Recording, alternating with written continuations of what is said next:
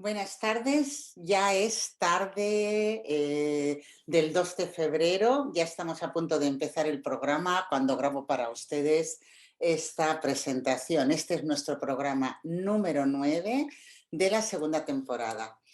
La pandemia sigue, el coronavirus sigue actuando, hay muchas bajas en los colegios y vamos caminando a través de toda esta dificultad. Desde aquí les deseamos a todos ustedes que sigan cuidándose, que no se desmoralicen, que esto tiene un fin y que ya estamos cada vez más cerca. Quería comentarles que ayer asistí a la celebración de los 100 años de la librería Balmes. Para mí, que una librería celebre los 100 años, me da mucho gozo y además es que lo plantearon también bueno, a mí me gustó mucho ir. Les comento. La librería Balmes forma parte de un conjunto arquitectónico que se llama Palacio de la Balmesana. Este palacio está en Barcelona, muy cerca, tocando a la catedral, o sea, en el casco antiguo, y es un palacio que también ahora ha hecho 100 años, y este tiene elementos modernistas, o sea, es neogótico o neomedieval. Y precisamente el arquitecto fue Rubió, que es un arquitecto de renombre de esa época. Entonces, la librería Balmes es una librería de carácter religioso, o sea, toca el tema religioso, y digamos que es el único local que está en el palacio. Tienes el palacio, tienes una puerta maravillosa que entra con una entrada que imita un poco las casas del antiguo reino de Aragón, con unas escaleras que salían de la casa, todo en piedra, y fuera, en medio de la pared, tienes la puerta de la librería. Aparte de ser de tema religioso, tiene un buen fondo de literatura infantil y muchas familias les gusta ir allí a asesorarse de los libros para sus hijos, sus nietos, porque digamos que ponen libros modernos, libros de hoy en día, pero que sean acordes con sus creencias. Entonces, nos dieron la bienvenida en este maravilloso palacio y nos pasaron a una sala de actos que es precisamente la capilla. Y la capilla, también es preciosa, se le ve muy modernista y tiene lo que es el retablo. El retablo lo preside una figura precisamente de Josep Llimona, o sea, que hace como el crucificado, la crucifixión que está allí, y también es una figura escultórica de prestigio y que gusta, o sea, estuvimos de maravilla. Entonces, lo que habían decidido para celebrar el centenario, como no íbamos a ir, era hacer unas charlas, unas conferencias que se titulaban ¿Se puede educar sin lectura? O sea, valía la pena. Pero no solamente esto, es que además las personas que acudían a la charla, era de lujo. En primer lugar tenemos que Patrici Tixis era el que hacía la presentación y preguntaba a las autoras que habían traído de invitadas quién es Patrici Tixis. Quizá alguno de ustedes lo hayan oído. Aquí en Cataluña es el presidente del gremio de editores, pero además es uno de los directivos de la editorial Planeta. Entonces es una persona conocida en los ambientes intelectuales y por supuestísimo, quién mejor que él para hacer la presentación. Las dos invitadas probablemente ustedes conozcan alguna de ellas porque suelen ser repetidas, ya por los medios de internet como por los diarios, etc. Son las dos doctoras Inger Enqvist de Suecia y Catherine Lecuyer de Canadá. Inger Enqvist es catedrática emérita de la Universidad de Lund en Suecia, es muy conocida en Reino Unido Y yo no lo sabía, pero resulta que es una hispanista, que ha recibido incluso un premio, creo que, no sé si ha recibido el premio, sí, Cervantes, por sus estudios sobre Vargas Llosa y otros autores españoles. Esto quería decir que pudo dar la conferencia en castellano, contestar las preguntas también en castellano, un castellano muy bueno. Y bueno, pues al final pudimos hablar un rato con ella, nos intercambiamos los correos electrónicos y por supuesto la invité a venir a Cuaderno de Maestra. Catherine Lecuyer es una señora que también tiene muchos libros publicados. Ella también es doctora en educación y psicología y lo que yo no sabía, que vive en Barcelona, es madre de 2 niñas que se han educado aquí en España y bueno, el castellano que habla es que es perfecto, o sea, apenas se le nota su extranjería. Eh, Vale, vayamos a lo que se dijo. Abrió la sesión Patrici Tixis, que como les he dicho es el presidente del gremio de editores de Cataluña, y me gustó cuando comentó que para que una librería sobreviva 100 años es una cuestión de perseverancia y de adaptación. Dentro de la adaptación ya puede entrar la imaginación y muchas cosas, pero esto pues está muy bien dicho. También nombró el manifiesto por la lectura de nuestra querida Irene Vallejo, y bueno, pues hizo una serie de notas muy interesantes. Luego Inger Engvist, ahora me acabo de acordar, ustedes perdonen, es premio Cervantes. La doctora Engvist es muy conocida porque es muy crítica con la educación de hoy en día. Entonces, la doctora dice que el colegio pues es una institución que sirve para enseñar y que en la civilización occidental muchas veces estamos olvidando este cometido y dejamos de enseñar porque nos ocupamos pues, de otras cosas. Entonces dice, no va a funcionar el ascensor social si el colegio no enseña y pierde el tiempo en otras materias. Entonces, pues suelen consultarla mucho, viene por televisión, en los diarios, le publican artículos siempre sobre este tema. Yo de ella tenía el complejo oficio del profesor, que me lo afirmó, y tiene ella comenta que en lugar de ver otros factores de PISA que se dedican mucho a la diferencia socioeconómica de los alumnos, ella ha analizado una serie de países en los cuales el factor común cuando se necesitó mejorar era que trataron mejor a los maestros, les seleccionaron mejor, les dieron más prestigio social y más sueldo. Muy interesante, ¿eh? O sea, esto nos lo apuntamos, ¿vale? Entonces, en este caso, ella atendía a la petición, a la pregunta, ¿se puede educar sin lectura? Y comentó lo siguiente. Para educar en lectura, primero se tiene que aprender a leer. Y luego habrá que llegar a que de adulto sigas leyendo, con lo cual también tiene que obtenerse un placer. Pero el papel del colegio, ¿cuál es? El de enseñar a leer bien. Y entonces aquí ella el estudio que tenía era el siguiente. Un alumno recibe 400 horas de instrucción leída. Supongo que a ustedes les parece mucho, espero que luego nos lo comenten, ¿vale? Es muy poco porque se considera que para que un alumno o una persona llegue a una instrucción en lectura correcta, que le permita sentir placer, leer y seguir leyendo por su cuenta y disfrutar de la lectura y entenderla, ha de tener 4.000, no 400, 4.000 horas de lectura. Entonces, claro, la conclusión que ella saca es no se puede quitar tiempo de lectura en el colegio.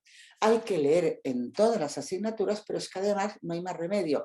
No se van a cumplir las 4.000 horas si no se lee en casa. Entonces, no, leer en casa significa que además los padres conversen con los hijos, les den vocabulario y que hablen del libro que estén leyendo, lo comenten entre ellos. Esto es interesante y creo que les suena porque todas las personas que hemos traído a este programa no estamos discutiendo otro tipo de aspectos, estamos hablando que hay que leer en casa, el vocabulario, etc.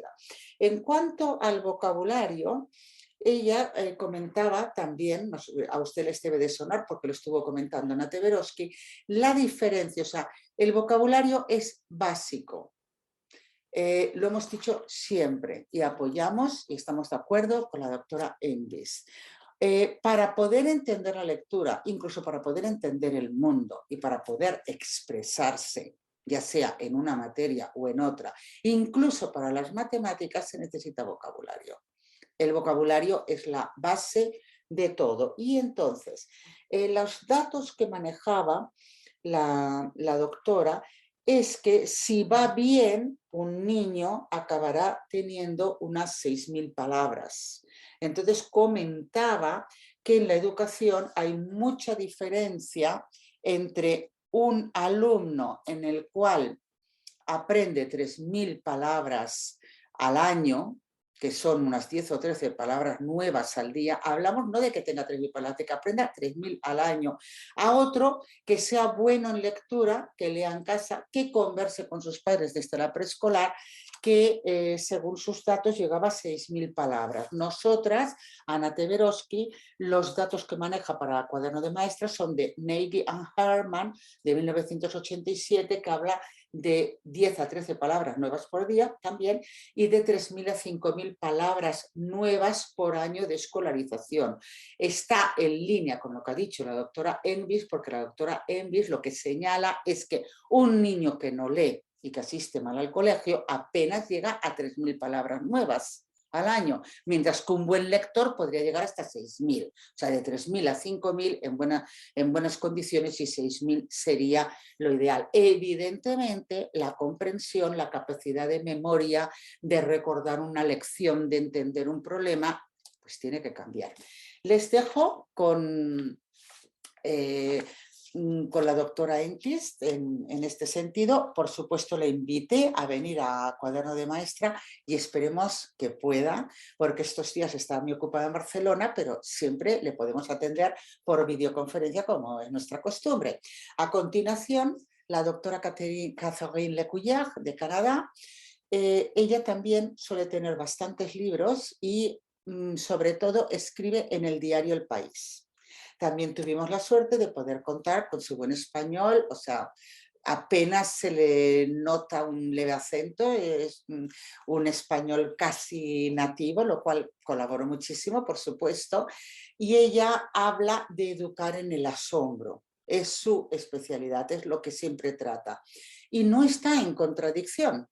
O sea, el niño debe tener un interés por aprender. Si no tiene un interés por aprender, no puede, o sea, simplemente no va a aprender. Y también hablaba del propósito inteligente de la lectura y de lo que significaba la lectura en términos filosóficos. Por fin, la doctora Lecuyer acabó su ponencia comentando: la lectura es una riqueza que no se puede explicar a la gente que no lo entiende.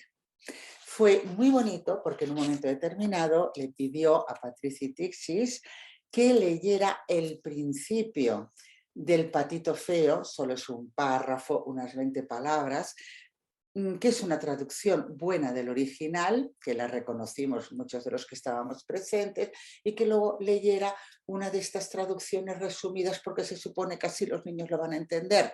Y claro, la emotividad o el asombro que viene pues, de una lectura de otra, pues todos pudimos comprobar que era muy diferente. Cuando acabaron las ponencias, pasamos por el interior del palacio, por el patio, una zona que a mí me gusta mucho porque tiene un suelo. Es como si hiciera un mosaico, pero con piedras. Yo cada vez que lo piso por ahí, bueno, me detengo. Y por este interior fuimos a la librería, que la volvimos a visitar. Nos hicieron un pequeño regalo precioso, una de sus ediciones que llamaron Diario de Barcelona, y es que habían cogido unos días, pone 1857, cuando estaba la imprenta en marcha, y todo lo que se publicó durante esos días en el Diario de Barcelona. Lo pueden ver ustedes. para que tengamos el gusto, pues en casa, de poder ver los avisos y noticias que se publicaban en aquellos días. Es decir, toda la celebración de la librería estuvo dedicada a la lectura. Bueno, les dejo con ustedes, después de haberles contado pues esta noticia que tuvo lugar ayer mismo. Bueno, empezamos a las 7 de la tarde y yo estaba deseosa para podérselo contar a ustedes hoy, para animarles, porque fue muy bonito. Y ahora, a continuación, ¿qué vamos a tener? Primero vamos a empezar porque el testimonio de hoy está dedicado a Federico García Lorca. Exactamente el qué. Bueno, pues en el año 1933 se inauguró la Biblioteca Pública de Fuente Vaqueros, pueblo natal de Federico García Lorca. Y le llamaron a él, como poeta, hijo del pueblo, para que hiciera una alocución, o sea, digamos, una charla de inauguración para inaugurar la biblioteca. Entonces, fragmentos de esa charla van a ser leídos por Silvia Suárez Bayardi y nos ha parecido bien incluir fotos de la vida de García Lorca mientras ustedes escuchan la locución. Cuando acabe, Ana Teberoski estará con ustedes. En el programa anterior estuvimos hablando del vocabulario y hicimos la introducción, la primera parte. Hoy la doctora Teberoski hará la segunda parte, solo le quedará una pequeña parte que es la que habla de metáforas y logismos, que lo dejamos para otro día. Y cuando acabe la doctora Teberoski, volvemos a tener entre nosotras a Silvia Suárez Bayardi. Ya habremos escuchado su voz en muchos de nuestros testimonios y nos hablará de Simone de Beauvoir. Así que continúa, Silvia, continúa deleitándonos con sus vidas de mujeres. Y esto será todo por hoy. Hasta dentro de un momento. Muchas gracias.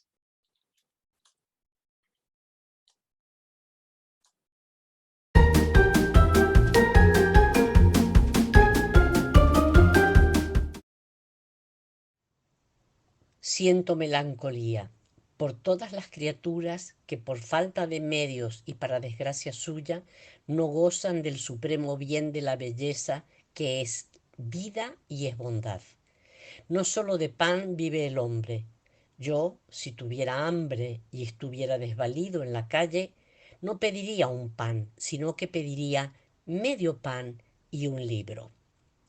Bien está que todos los hombres coman, pero que todos los hombres sepan, que gocen todos los frutos del espíritu humano, porque lo contrario es convertirlos en máquinas al servicio del Estado, es convertirlos en esclavos de una terrible organización social.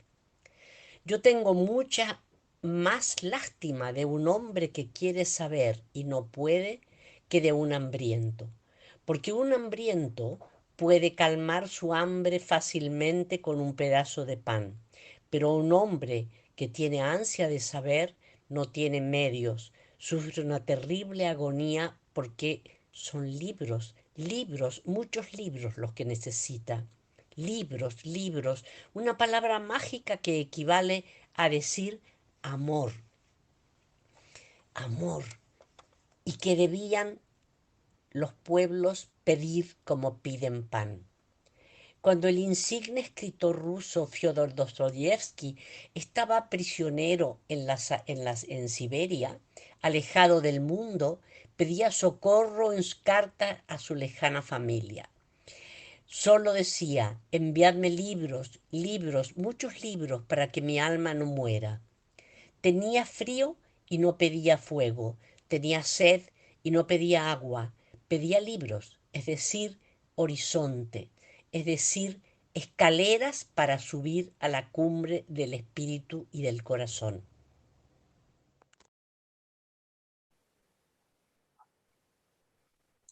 Vale, bueno, vamos a seguir con el tema de vocabulario. Esta vez es la segunda parte y en este caso vamos a hablar del desarrollo temprano, pero también del desarrollo más tardío, es decir, a partir de los 8 años, digamos. Entonces, hay 5 procesos diferentes en la edad escolar, en la edad, digamos, y de ciclo medio y de ciclo superior y en la adolescencia. Estos desarrollos tienen que ver, por un lado, con la fuente de relación con aspectos académicos, es decir, los niños ya leen los manuales, los libros de estudio y tienen una interacción, digamos, con el lenguaje escrito diferente. Por otro lado, que la fuente del input pasa de ser casi exclusivamente oral a ser también escrito. Luego 5 aspectos en el desarrollo del lenguaje, que luego vamos a ver poco a poco. El mayor desarrollo de la competencia metalingüística, el aumento de la capacidad de pensar de forma abstracta, que está relacionado, digamos, con los temas académicos, el desarrollo pragmático y el aumento de la capacidad de considerar la perspectiva social de las otras personas. Eso es lo que está cambiando. Por ejemplo, relaciones entre el lenguaje y el rendimiento académico. El lenguaje ahora está en relación con los aspectos cognitivos y con los aspectos académicos en muchas áreas del conocimiento. Es decir, cuando tienen que estudiar sociales, cuando tienen que estudiar matemática, cuando tienen que estudiar, digamos, temas de biología, etc. Aquí hay una referencia que pongo, que es Marilyn Nipple, que justamente trata del lenguaje tardío. Después, hay las modalidades diferentes de aprendizaje del lenguaje, no solo la modalidad oral de conversación que es presencial y a través de los diálogos, sino también la modalidad escrita más formal y en forma de monólogo. Y hay una interacción entre lo oral y el escrito que se llama oralidad secundaria, bueno, que Walter Ong dice oralidad secundaria. Hay 4 aspectos en el desarrollo del lenguaje, en este momento, digamos, a partir del ciclo medio. Hay aumento del desarrollo lesical, hay desarrollo del razonamiento verbal, hay desarrollo del lenguaje figurado, de los géneros y los textos, y el desarrollo pragmático. Vamos a ver. El primer aspecto, el desarrollo lexical. Hay un conocimiento de las palabras y un aumento de la cantidad de palabras, evidentemente. Hay mayor memoria de las palabras, formando lo que se llama léxico mental. Hay un aprendizaje de la definición de palabras para saber cuál es el significado, que eso va cambiando. El segundo aspecto es el desarrollo del razonamiento verbal. Hay un razonamiento de tipo inductivo por medio de inferencias, analogías, series, clasificación, y también un razonamiento de tipo deductivo a través de silogismo, de probabilidad, de combinaciones. Hay un tercer aspecto que es el desarrollo del lenguaje figurativo con metáforas, metonimias, analogías, semejanzas. Hay un aprendizaje de todas aquellas formas de lenguaje que son frases hechas, proverbios y dichos. Hay un aprendizaje de todo lo que es la ironía, el sarcasmo, la ambigüedad. Hay también un comienzo de los juegos del lenguaje, tanto en oral como en escrito. Así como vemos, los usos se van ampliando de manera importante. El cuarto aspecto es el desarrollo de géneros y de textos. Antes teníamos la conversación como modelo, digamos, como forma dialogal de aprendizaje, pero ahora también tenemos aprendizaje por medio de la narración, de las formas de exposición e información, de la persuasión y la argumentación, y hay un mayor desarrollo sintáctico con el aprendizaje del uso de las subordinadas, de la conjunción y de las correlaciones. Respecto al desarrollo pragmático, tenemos que ver que se amplían los actos de habla, la intencionalidad de lo que se hace al hablar, por ejemplo, ordenar, preguntar, sugerir, después volveremos sobre este tema. Hay un uso de los verbos que se llaman factivos, son los verbos que pueden ser sujetos de un juicio de verdad o falsedad en sus complementos, y los verbos no factivos y verbos mentales, que son aquellos que no se puede decir que es verdad o que es mentira. Pongo un ejemplo: si yo digo compré un poco de pan en la panadería, es un verbo factivo porque efectivamente se puede comprobar si es verdad o mentira. Pero si yo digo yo creo que mi madre compró pan en la panadería, no se puede decir que sea falso o que sea verdadero porque es una creencia mía. La creencia en tanto creencia es verdadera, aunque los hechos puedan ser falsos. Entonces hay una diferenciación en este tipo, digamos, de verbo. Aspectos implicados que tienen impacto sobre la educación. El desarrollo lexical, bueno, dijimos, hay un conocimiento mayor de las palabras y hay mayor memoria de las palabras y la definición. Esto se ve afectado, ¿por qué? Porque por la frecuencia, por ejemplo, hay no solo palabras familiares y frecuentes, sino también palabras no familiares, infrecuentes y de nivel medio, no de nivel totalmente cotidiano, sino un poquito más digamos, menos frecuentes, más difíciles. Luego, por el tipo, no solo palabras concretas, referenciales, que están, digamos, nombran o denominan todo lo que está visible alrededor, perceptible del niño o de la niña, sino también palabras abstractas, conceptos menos tangibles. En cuanto a la cantidad, por la lectura del libro, piénsese que hay entre 10 y 13 nuevas palabras por día, si el niño es un lector, lo que hace de entre 3.000 a 5.000 nuevas palabras por año. La fuente, dijimos, pasa de lo oral a lo escrito y lo escrito en relación directa con el conocimiento del vocabulario. Los modos de aprendizaje pasan de ser implícito e incidental, que es propio de los primeros momentos del aprendizaje, a ser mucho más explícito e intencional. Respecto al desarrollo pragmático, dijimos los actos de habla son aquellos actos donde el habla tiene un efecto de acción con la intencionalidad de lo que se hace al hablar, es decir, cuando yo digo cierra la ventana, yo estoy dando una orden, cuando hago una pregunta estoy esperando una información, una respuesta, cuando sugiero estoy dando, digamos, una opinión sobre un tema, etc. O sea, hay un uso del lenguaje en la acción misma de producir lenguaje. Hay el uso de los verbos activos, dijimos, y de los verbos también de tipo mental. Los aspectos implicados en la educación seguimos. El desarrollo lexical, dijimos ya que había esta cuestión de frecuencia, hay una repetición en mi diapositiva, y digamos, una forma en la manera en que se aprenden las palabras.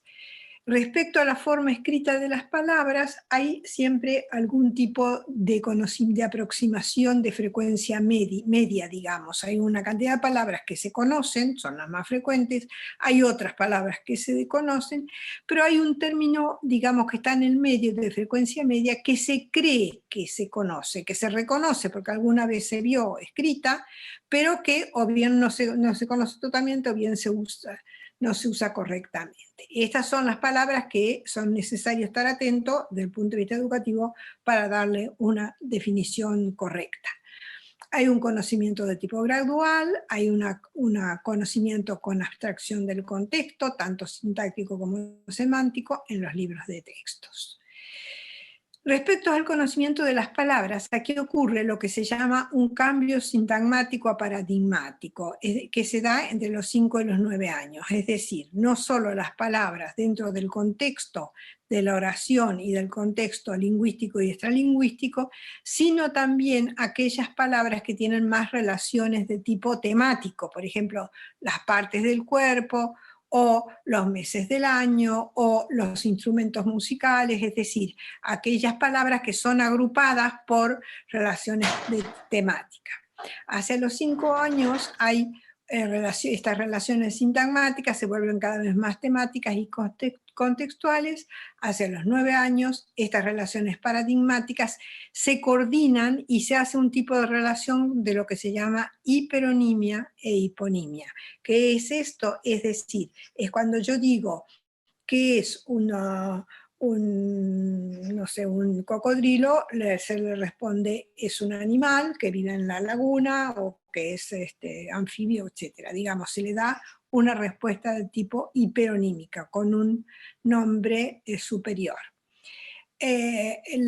También, digamos, se amplía el uso de las categorías de palabras, no solo sustantivos, sino también verbos, adjetivos, adverbios, y todas las palabras de tipo gramatical con las preposiciones, las conjunciones, etc. También hay un aprendizaje de la morfología de palabras con una especialización, digamos, de qué es lo que quieren decir de cada una de las formas de prefijo y el análisis de la estructura misma de la palabra. También, del mismo modo que el prefijo, los sufijos, porque algunas palabras acaban en ero, en idad, en hable, en oso, etc. Las relaciones semánticas, como hemos dicho, se amplían hacia la hiperonimia y la hiponimia, pero también hacia las palabras que tienen relaciones de sinonimia y de antonimia. En respecto a la categoría de palabras, al aspecto del significado de las palabras, tenemos la definición. La categoría de palabra a definir da lugar a una variación, es decir, no es lo mismo definir un nombre sustantivo que definir un verbo o definir un adjetivo, y eso es una de las cosas que los educadores saben y que siempre tienen dificultades al respecto. Es decir, perdón, es decir, no todas las palabras tienen la misma densidad semántica para la definición y no todas las palabras tienen ese hiperónimo, como si dijéramos un mamífero, un instrumento musical, un animal acuático, etcétera, que sean fáciles de definir. La segunda cuestión es la interlocución. ¿Para qué y para quién definir? Es decir, ¿en qué contexto hacemos una definición? Muchas veces, digamos, los lectores buscamos la definición para entenderlos nosotros mismos y otras veces en la escuela se hace como tarea escolar, pero se puede ampliar hacia la ampliación del conocimiento del vocabulario. La tercera cuestión es el contexto, que no es lo mismo el acto de habla cotidiano que un acto de habla más formal. En un acto cotidiano no hay tantos términos especializados ni hay tanto uso de metalenguaje, es decir, de lenguaje que se refiere al propio lenguaje. Vamos a seguir. Entonces, como vemos, se va a ir especializando cada vez más el aprendizaje, digamos. Respecto a la memoria de las palabras, hay dos procesos que son importantes de tener en cuenta. Por un lado es el proceso de almacenar la información y por otro lado el de recuperar la información. Para almacenar, la medida de un ítem que ha sido aprendido, digamos, ese es el proceso de almacenamiento. La recuperación es la medida de cómo se puede acceder a la información. El tema es cómo se almacena esa información, así se recupera. Y cómo se recupera, así se almacena también, se aprende a almacenar. En el almacenamiento participa lo que se llama memoria a largo término o a largo plazo, que virtualmente es ilimitada, es decir, podemos seguir aprendiendo mucho de vocabulario, y no tenemos, digamos, límite. En la recuperación es mucho más limitada y frágil, y depende de la presencia de índices, de la frecuencia de la recuperación, es decir, del uso, de la competencia con otros ítems, las palabras que son parecidas o que son de una frecuencia media, y el aprendizaje, si es un aprendizaje completo o no es un aprendizaje muy completo. Por ejemplo, una fruta tropical como la papaya depende de la densidad y precisión lexical, es decir, si es muy frecuente vamos a acordarnos de la palabra papaya, y si sabemos exactamente que es una fruta de tipo tropical y el tipo de forma y el tipo del color, etcétera, eso, digamos, nos da información y nos ayuda a recuperarla en la memoria. Las dificultades que tenemos se expresan a través de las dudas, de las pausas, de palabras muy generales, de palabras comodines, de formas de circunloquios que lo decimos o sustituciones. Cuanto mayor precisión es porque hay mayor conocimiento del vocabulario. En la educación tenemos que trabajar esa memoria de las palabras, el desarrollo de la memoria de las palabras. Las tareas son la denominación por un lado, objetos con nombres y la frecuencia de ese trabajo de denominación, las agrupaciones temáticas, los que son animales, los que son comida, los que son instrumentos, los que son cosas de la casa, los que son acciones, etc. Y muchas veces los errores se dan por proximidad semántica, por proximidad fonológica, por confusiones en la hiperonimia, etc. Y muchas veces porque no se sabe. El orden en que se dan este tipo de aprendizajes responde un poco al azar. Hacia los 6 años aparecen todo lo que se llama el efecto de la serie, digamos, todo el aprendizaje que se da en serie, que está muy influido por el aprendizaje escolar. Las letras se aprenden en serie, los números se aprenden en serie, los objetos, etc. Muchos juegos y muchas canciones también se tienen este efecto de serie. Hay tipos de preguntas que se pueden hacer, que son no solamente qué quiere decir papaya o qué es una papaya, sino, por ejemplo, del tipo, pienso en un animal que vive en la jungla, que camina a 4 patas, cuyo nombre comienza por ti. O sea, se le da pista de tipo semántico y fonológico. O bien rimas, pienso en un animal que rima con camión, también. O ayudas de tipo visual. Respecto a las ayudas de tipo visual, tendríamos que diferenciar 2 tipos de ilustración, las ilustraciones que son más de escenas generales y aquellas ilustraciones que son más específicas y que te pueden, digamos, ser categoriales, como todos los instrumentos musicales, o de relaciones parte-todo, un violonchelo y cuáles son las partes del violonchelo, por ejemplo.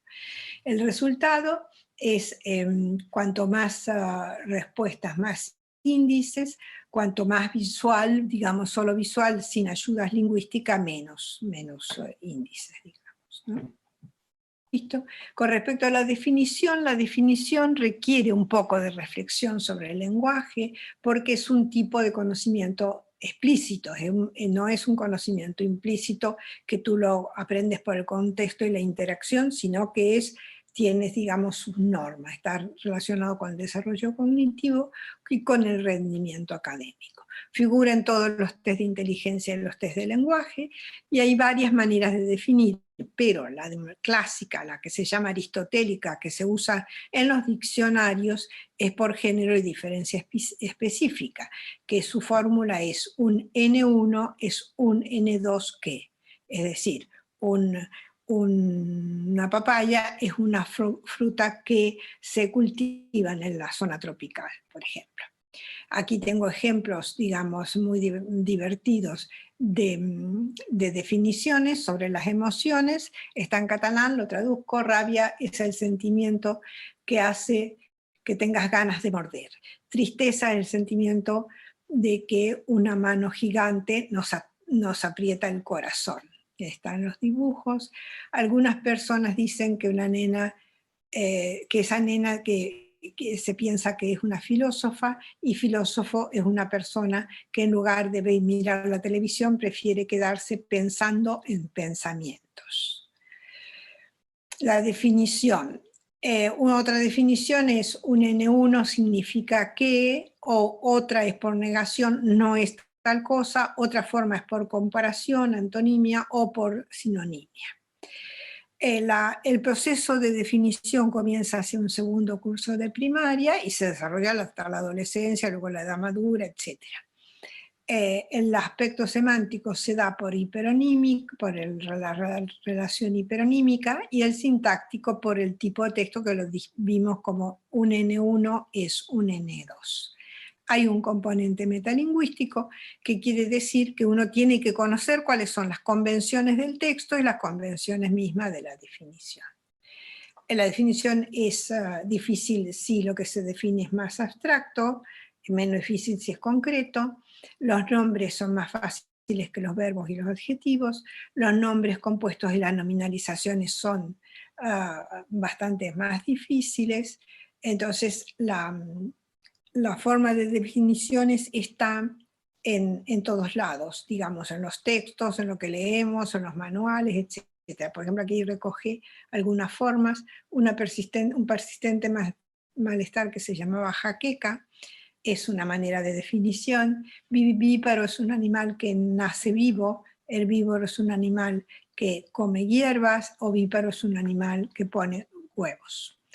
El desarrollo Por lo tanto, como hemos visto, desde el desarrollo léxico hasta el desarrollo pragmático, este tipo de desarrollo del vocabulario está en todos los textos de estudio, en todos los libros de texto, en todas las situaciones incluso de diálogo y de comunicación, y sería bueno que los profesores, digamos, y todos aquellos que trabajan con niños tuvieran conciencia y conocimiento de este tipo, digamos, de componentes del lenguaje.